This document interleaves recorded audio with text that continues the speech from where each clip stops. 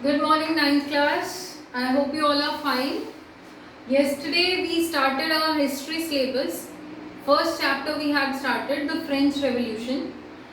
Okay, जिन्होंने कल का लेक्चर नहीं देखा है प्लीज यूट्यूब पे जाके देख लो. Don't miss any one of the lectures.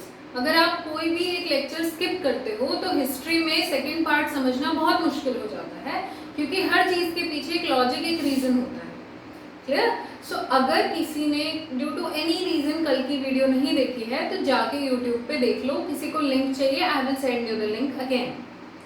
Okay, now we will continue the first chapter French revolution. कल के रिकैप में हमने क्या क्या देख लिया था कि 1789 was the year of French revolution. Okay, अब हमने देखा था 1774 से सिचुएशन देख रहे थे हम फ्रेंच सोसाइटी की, that how the society of country France was made. Okay, we had discussed already that in 1774 Louis XVI became the king of the France. He was married to Austrian princess Marie Antoinette. जब वो राजा बने तो उन्हें खाली तिजोरी मिली, तो उन्होंने क्या सोचा कि डेब्ट था तो डेब्ट कैसे हटा सकता हूँ, टैक्स इंक्रीज करके. टैक्स कौन पे करते थे? सिर्फ थर्ड स्टेट के लोग. France society divided three states में. First state clergy, second nobles, third were of peasants, artisans, merchants, lawyers. So all the tax was paid by only the third state. First and second state were not paying tax. They were having two type of privileges. First one was that they were exempted from paying taxes. उन्हें tax देने की जरूरत नहीं थी. Second, they were having feudal privileges. Feudal privileges मतलब कि जो land थी जिसपे पीजेंट्स एग्रीकल्चर करते थे, वो लैंड एक्चुअली में किनकी थी? नोबल्स एंड क्लर्जीज की.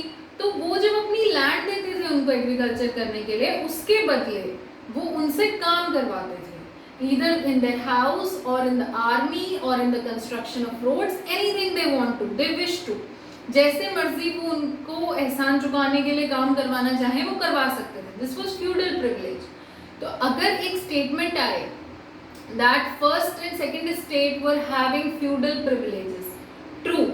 प्रिविलेज होना मतलब कोई एक बेनिफिट होना उनके पास, तो वो फर्स्ट और सेकंड स्टेट के पास ही होगा, थर्ड के पास नहीं होगा. थर्ड तो सिर्फ टैक्स दे रहा है.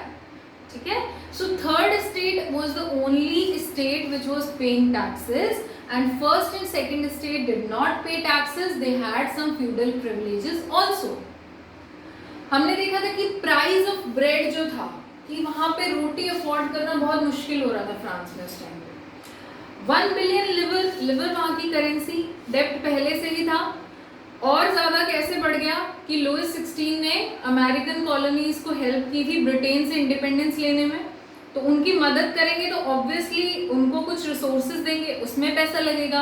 आप उनको आर्मी प्रोवाइड करोगे तो अपनी आर्मी मेंटेनेंस के लिए पैसा लगेगा. तो टोटल डेब्ट 2 बिलियन लिवर्स हो गया था. अब कैसे लेंगे इसे वापस, इतना कर्जा कैसे चुकाएंगे? By increasing the tax from people. इतना हमने डिस्कस कर लिया था.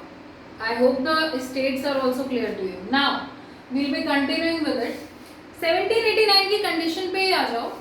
Population increased. Population rose from 23 million to 28 million. Population was increasing very rapidly. The population, अब जब जहाँ पे population increase होगी किसी भी कंट्री में तो रिसोर्सेज ज्यादा चाहिए. आप मान के चलो कि एक फैमिली ही है, अगर फैमिली में सिर्फ 2 मेंबर्स हैं तो एक आदमी की इनकम काफी है. अगर 2 बच्चे होते हैं 4 मेंबर्स हो जाते हैं, क्या वही इनकम प्रॉपर हो सकती है? नहीं. ऑब्वियसली रिसोर्सेज ज्यादा चाहिए. तो ऐसे ही कंट्री में हो रहा था कि 1789 में पॉपुलेशन एकदम से बहुत ज्यादा इंक्रीज हुई, रैपिड इंक्रीज. और उससे क्या हो रहा था? प्रोडक्शन ऑफ ग्रेन्स उतना था नहीं. जो खेती करके वो लोग अनाज उगा रहे थे वो अनाज इतना नहीं हो रहा था जितनी कि वहां की पॉपुलेशन हो गई. डिमांड फुलफिल नहीं हो पा रही थी. अब इतना ग्रेन्स, इतना प्रोडक्शन तो होना चाहिए कि सबको बेसिक फूड तो अवेलेबल हो, वो नहीं हो पा रहा था. तो क्या होगा? जब चीजें कम होंगी तो उनके प्राइस बढ़ा दिए जाएंगे. प्राइस तुमने बढ़ा दिए वेजेस ऑफ वर्कर्स उतनी थी नहीं, ठीक है, कि जो काम करने की जो दिहाड़ी मिल रही है वर्कर्स को वो उतनी थी नहीं कि वो इतनी महंगी चीजें अफोर्ड कर सके।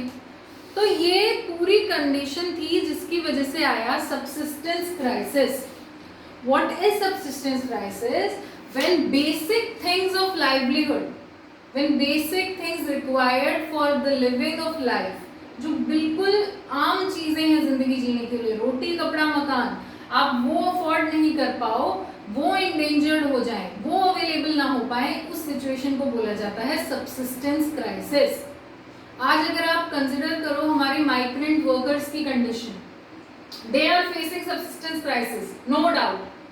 आप देख रहे होगे, न्यूज देखते हो अगर, कि वर्कर्स कैसे मूव कर रहे हैं, they are not having transportation facility, खाने की कोई गारंटी नहीं है, वेजेस उनको मिल नहीं रही है क्योंकि काम नहीं है तो पैसे कौन देगा, कोई हेल्थ केयर फैसिलिटी नहीं है। तो जब बेसिक चीजें जो जीने के लिए जरूरी हैं वो अवेलेबल ना हो, that condition is known as subsistence crisis.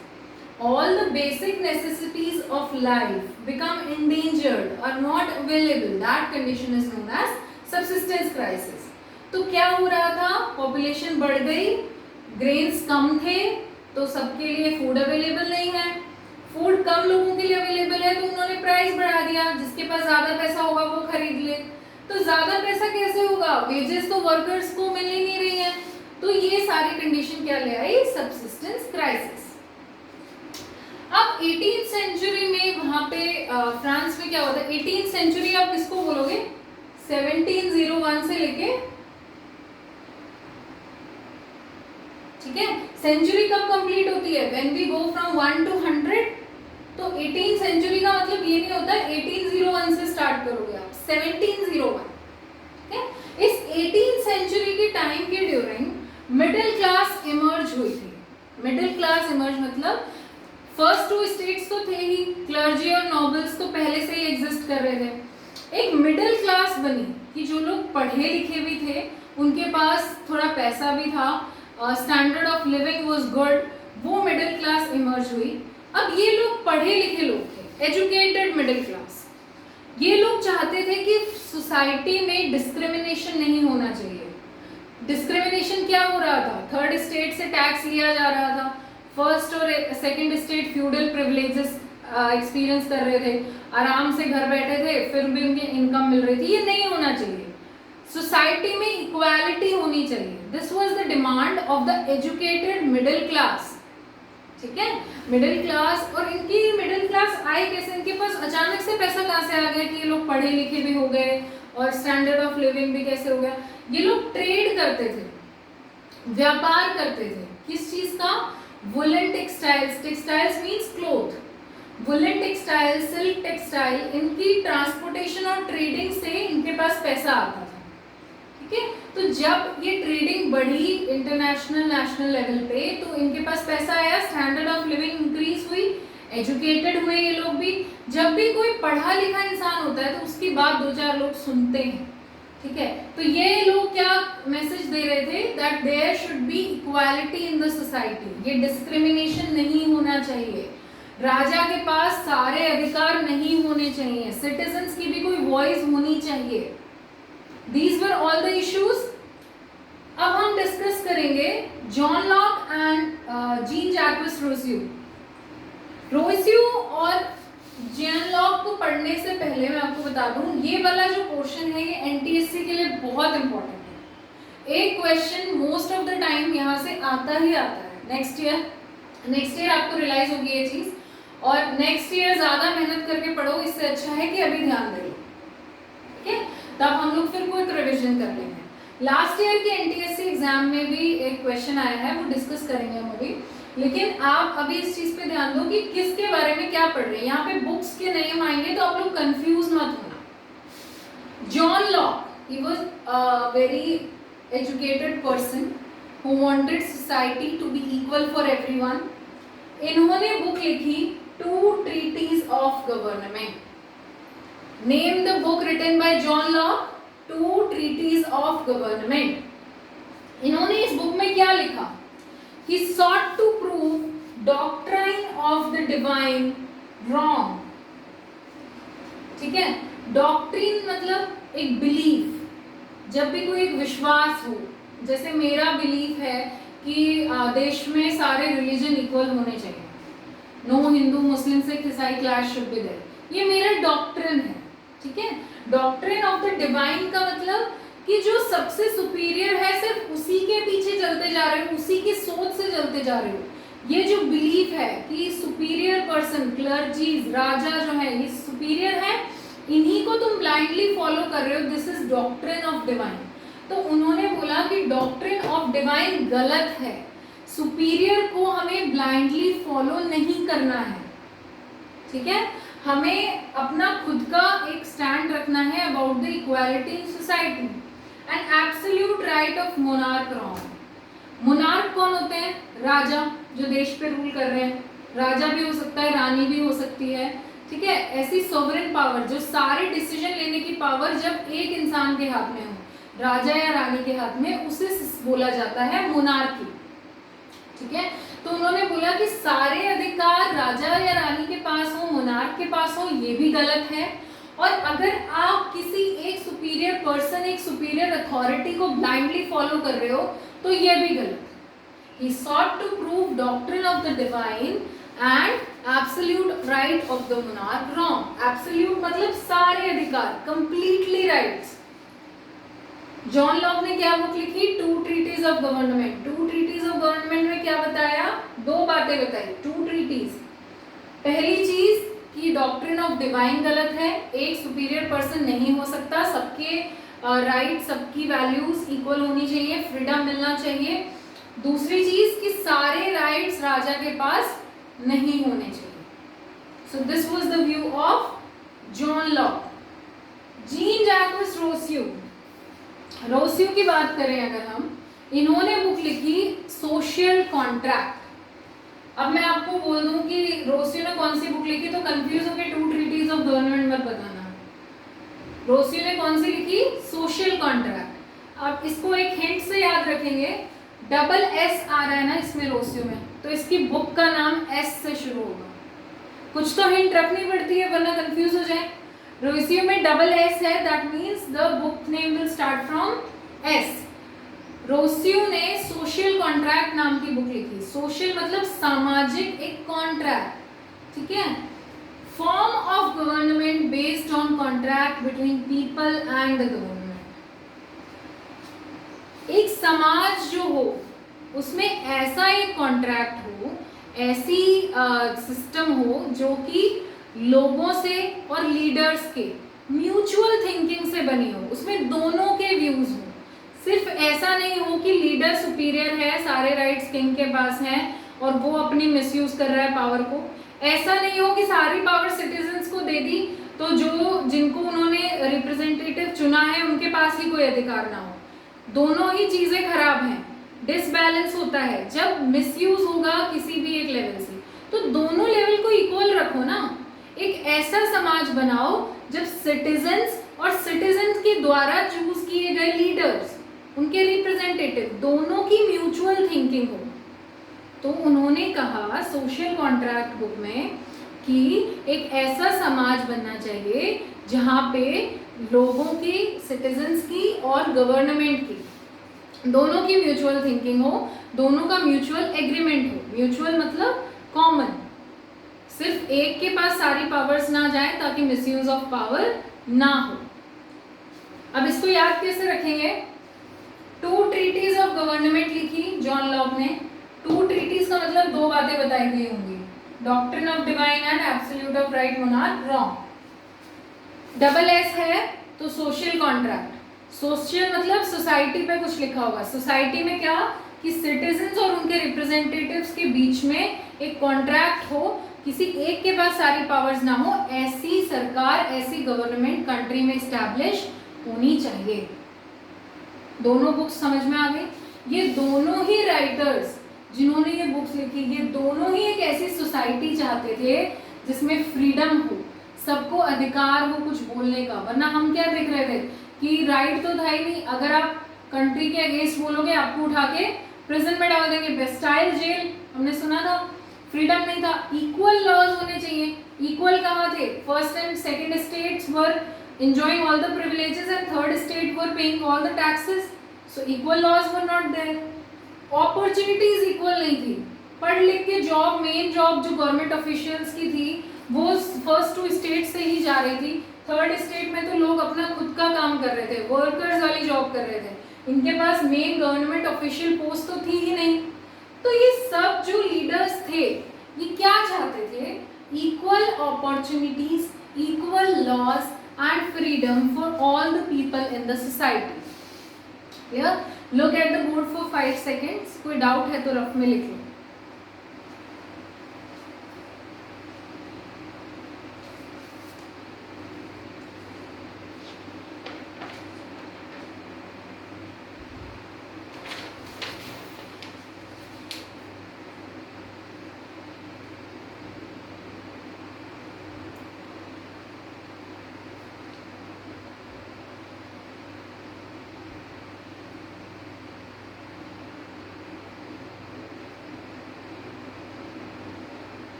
Okay, I think the concept is clear to all of you.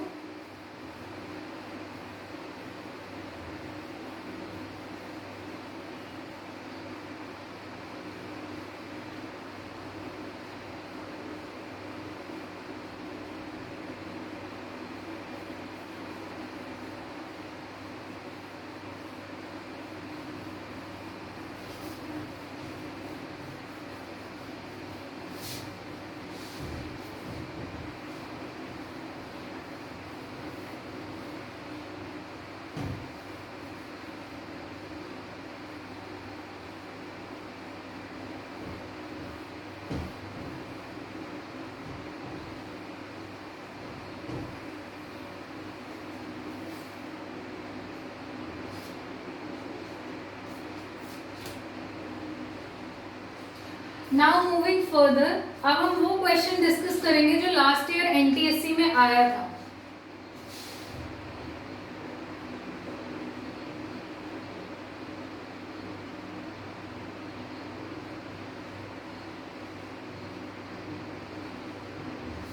Montesquieu, John Locke हमने एक पढ़ लिया, एक लीडर थे जिन्होंने एक बुक लिखी two treatises of government. Rousseau पढ़ लिया जिन्होंने बुक लिखी social contract. Now we have another leader and another writer, Montesquieu. He wrote the book the spirit of laws.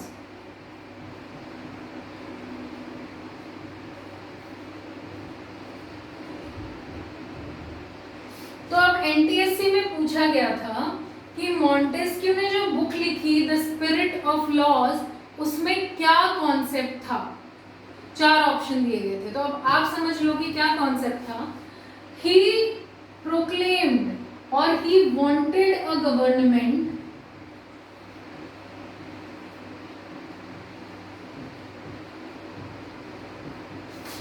by dividing the power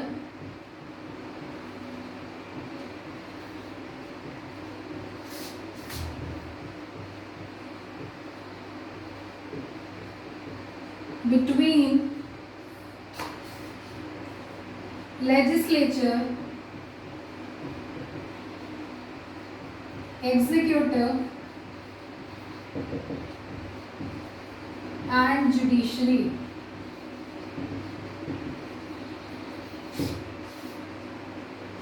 ये तीनों क्या होते हैं? Legislature means the body or the persons or a meeting of people who make laws, जो कानून बनाते हैं उन्हें बोला जाता है लेजिस्लेचर। ठीक है, the body which makes laws।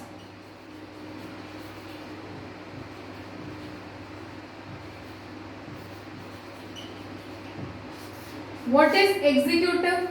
किसी भी चीज को एग्जीक्यूट करना मतलब लागू करना। आपको बोला जाता है कि आपने प्लान बनाया, एक स्टडी टेबल बना दिया, आपने एक स्टडी टाइम टेबल बनाया, प्लान बनाया, बट एग्जीक्यूटेड मतलब इसको लागू तो करो अपने जीवन में। तो कानून बना तो किसने दिए? लेजिस्लेचर ने। एग्जीक्यूटिव का काम क्या होगा? to implement the laws. To implement the laws. Legislature's work was to make laws. कानून बनाना किसका काम? लेजिस्लेचर का. कानून जो बन गया उसको लागू करना, इम्प्लीमेंट करना किसका काम? एग्जीक्यूटिव का. जुडिशरी का क्या काम है? अगर लेजिस्लेचर और एग्जीक्यूटिव अपना काम प्रॉपरली नहीं कर रहे हैं तो चेक कौन रखेगा? अगर गलत कानून बना दिया कोई जो देश के हित में नहीं है, जो कि नहीं होना चाहिए, सोसाइटी के लिए डेट्रीमेंटल प्रूफ हो सकता है वो लॉ, तो वो कौन बताएगा गलत है? जुडिशरी. अगर लॉ तो सही बना था बट गलत तरीके से इम्प्लीमेंट हुआ बाय द एग्जीक्यूटिव्स, तो ये कौन बताएगा? जुडिशरी. तो what is the role of judiciary? To keep check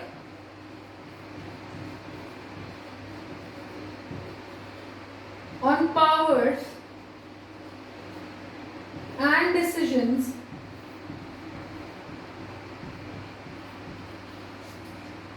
of legislature and executive.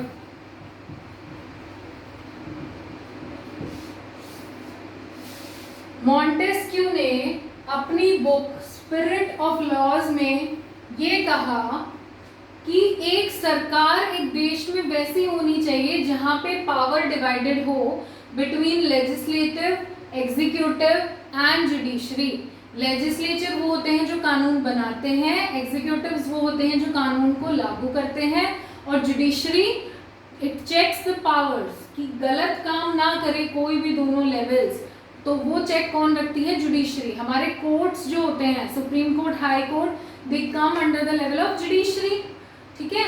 और एग्जीक्यूटिव में जो आपके मिनिस्टर्स हैं, एमएलए जो प्लान इंप्लीमेंट कर रहे हैं, या फिर जो आईएएस आईपीएस ऑफिसर्स हैं आपकी डिस्ट्रिक्ट में काम कर रहे हैं, they all are the executives. Legislature जो पार्लियामेंट में बैठ के कैबिनेट मिनिस्टर्स आपके लिए कानून बना रहे हैं, दोज आर द लेजिस्लेटर्स. तो मॉन्टेस्क्यू क्या चाहते थे? Power division in the country between legislature, executive and judiciary. तो यही ऑप्शन आंसर था एनटीएससी में लास्ट ईयर. क्लियर? अब तीनों में से कोई भी क्वेश्चन आपसे एनटीएससी में नेक्स्ट ईयर पूछा जा सकता है.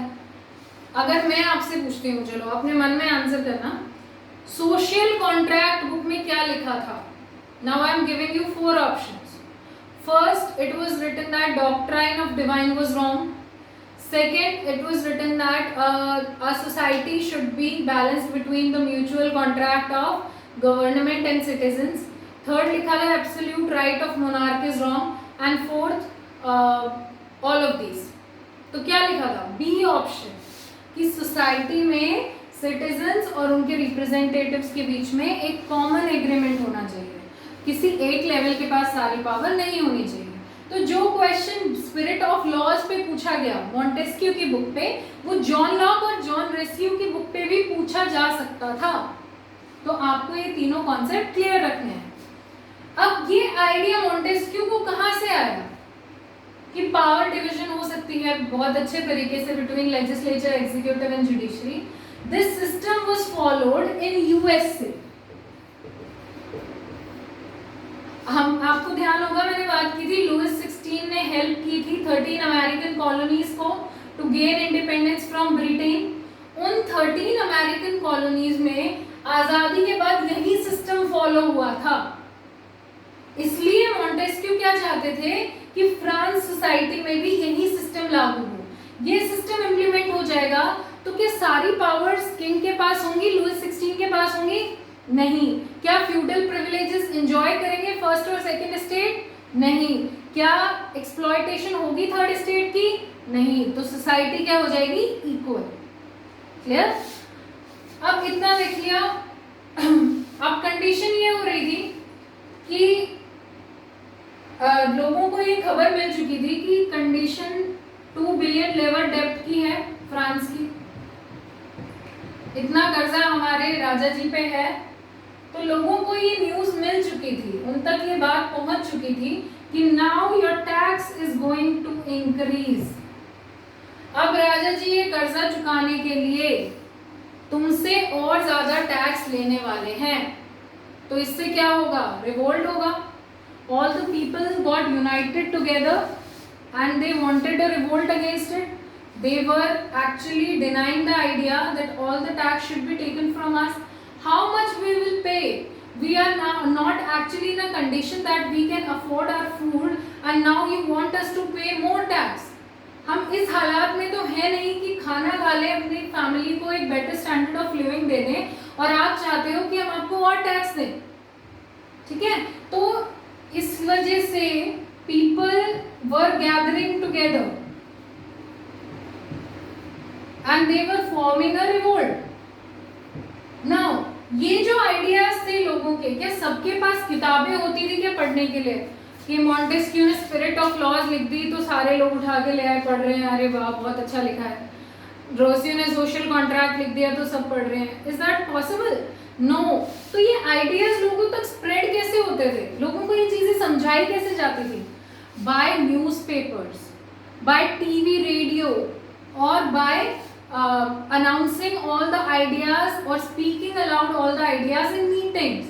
जब लोगों की मीटिंग बुला के अपने विचार व्यक्त किए जा रहे थे, तब ये चीजें लोगों को एक्सप्लेन की जा रही थी कि जरूरी नहीं है अब तक आपके साथ अत्याचार होता आ रहा है तो आगे के भी आप अत्याचार सहन करते रहो. We can stop the exploitation. कैसे? अगर हम बहुत अच्छे आइडियाज से हमारी गवर्नमेंट बनाएं और राजा के अधिकारों को कम कर दें. तो all these ideas were spread by newspapers, pamphlets, radios और speaking aloud in the meetings. ठीक है, अब ये जो न्यूज लोगों तक पहुंच गई थी, people were very angry. They were gathering together and they were forming a revolt against the king, against Louis XVI. अब ये जो टैक्स इंक्रीज करने का सिस्टम था ओल्ड रिजाइम में, ओल्ड रिजाइम मैंने क्या बताया था कि फ्रांस सोसाइटी बिफोर 1789 उसको बोला जाता है ओल्ड रिजाइम, मतलब पुराने तरीके के हिसाब से. ओल्ड रिजाइम में टैक्स इंक्रीज करने की पावर लुइस 16 के पास नहीं थी.